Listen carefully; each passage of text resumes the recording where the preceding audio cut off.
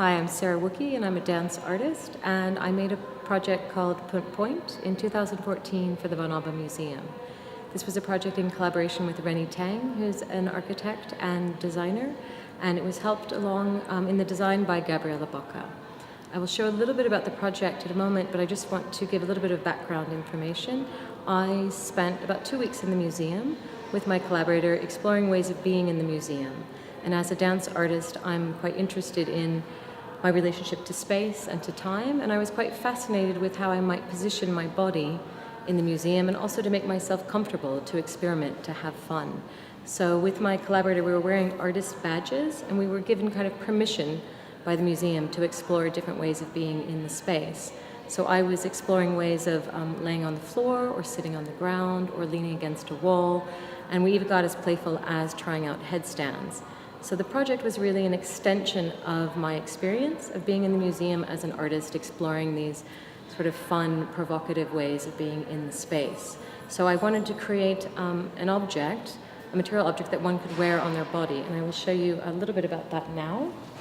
So the project sort of is prompted by what we call a wearable or a tool for prompting actions in the museum, and it's something I'll just demonstrate.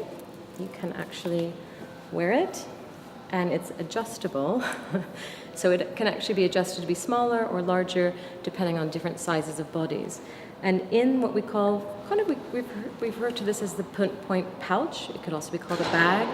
But in the bag, there are a few objects, and one is a guide, and it's quite easy to work with if you open it up. There are illustrations of different, what we call repositionings of the body in the museum. So we were kind of looking at what the innate behaviors already were in the museum. So how do people stand? How do they place their hands when they're looking at artwork?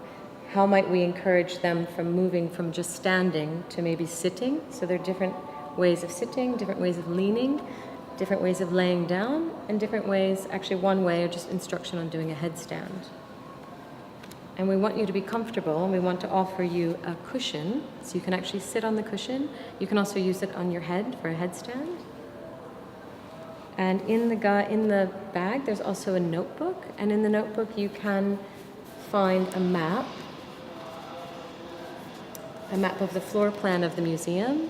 And as you walk through the museum, there are already yellow points on the ground in the museum. So where the points are located relates to certain positions you can take in the museum, or ones that we're prompting you to do. And you can also put different spots on the map yourself of where you think would be insightful ways to reposition bodies, or different ways of being in the museum and different points where you can actually enact some of these positions. So that is the basics of Punt.Point.